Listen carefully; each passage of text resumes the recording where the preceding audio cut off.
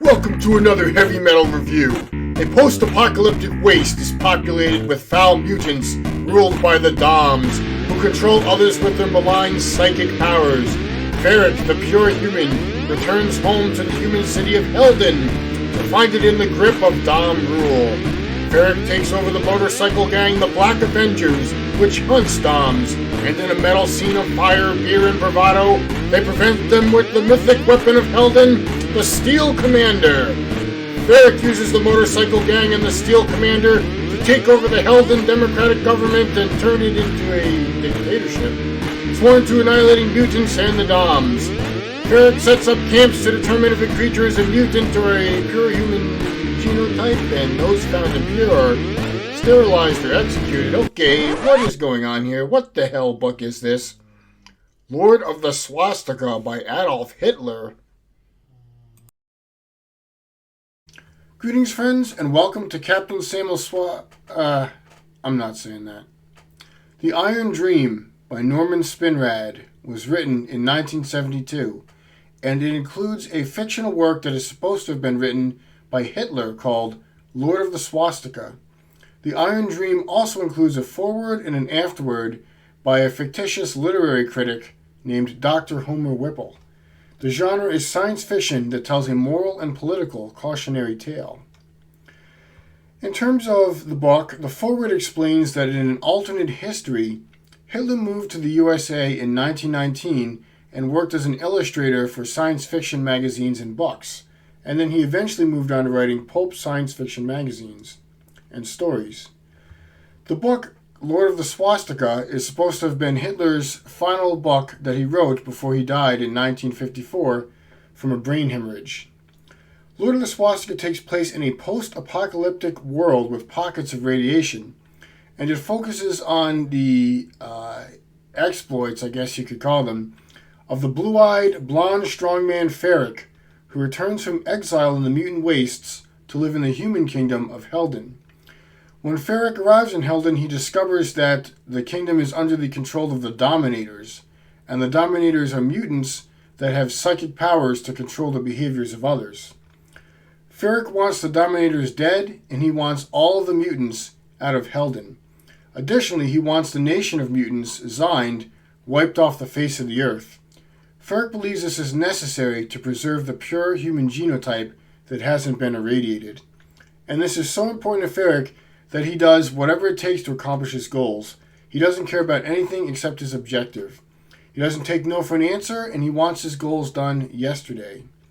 So in a series of over-the-top, escalating series of ridiculous actions, Ferric leads a mob against the local dominator, becomes the leader of a rowdy motorcycle gang, obtains a mythic truncheon known as the Steel Commander, uses his gang and the Steel Commander to overthrow the Helden Democratic Council, sets up camps to exterminate mutants and sterilize irradiated humans, raises a modern army of tanks and airplanes, defends against an attack from Zind, invades Helden's neighboring countries, invades and conquers Zind, and what he does at the end is so over-the-top bombastic that I'm not going to spoil it for you. You should read the book for yourself to find out what happens at the end. It's nuts. It's over the top.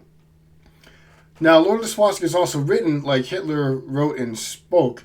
It's got repetitive sections, vague phrases, crazy ideals made to sound lofty, and gory descriptions against mutant hordes. Now, in terms of what I liked and didn't like about this book was one of the most metal books I've ever read. If you've ever wanted to have copious scenes of SS stormtroopers fighting hordes of grotesque mutant horrors, this is the book for you. It's also loaded with heavy metal imagery and power symbols. However, the book would also make me stop and go, oh yeah, this is supposed to have been written by Hitler. It's decidedly anti-democratic, racist, violent, and contains 0 women characters. It's disturbing. The book made me think, though. It points out how if we don't stop and think about the politics and messages in the books that we read, we can end up unconsciously absorbing harmful ideals. It is a cautionary tale against mindless consumption of literature without analysis and what can happen if we shy away from political discourse about the books that we read. because I think analyzing the political messages of the books that we read is a critical part of reviewing books. To say I won't discuss the political content of a book is like saying, oh, I don't talk about characters, or, talking about plot isn't for me. All books are political, whether you realize it or not, whether you like it or not, and at least a cursory review of the political message of a book, I think, is always warranted. And what's especially interesting is that at the end, it includes an analysis of Lord of the Swastika by this fake literary critic, Homer Whipple. And Whipple points out that Lord of the Swastika takes sword and sorcery tropes like racism, putting women in stereotypical roles, and the powerful conquering male hero, and turns them all up to 11. He exaggerates them. And what's especially interesting is Whipple talks about this alternate history in which this book was written. Alternate 1954, Germany never rose to power. Communist Russia has conquered the entire world except for the USA and Japan. And what's interesting is Whipple warns that fear of communism could drive the USA to follow a dictatorial man like Ferrick and turn it into a simplistic dictatorship led by a madman. And what's also interesting is even though the afterword says that only a psychotic person like Hitler would enjoy these dictatorial dreams of conquest, the foreword points out that a lot of people in the USA like to cosplay as the swastika characters from this book at science fiction conventions. So I think what Norman Spinrad is doing here is he's making political and social commentary on the USA in an ingenious, entertaining way. And I'd like to close with a quote from the book that is tragically proving ironic and presentient. Homer Whipple writes, "For Ferrick Jagger is essentially a monster, a narcissistic psychopath with paranoid obsessions. His total confidence and self-assurance is based on a total lack of self-knowledge. In a sense, such a human being would be all surface and no interior.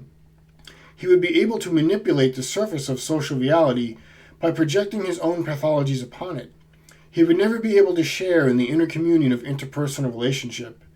Such a creature could give a nation the iron leadership and sense of certainty to face a moral crisis, but at what cost?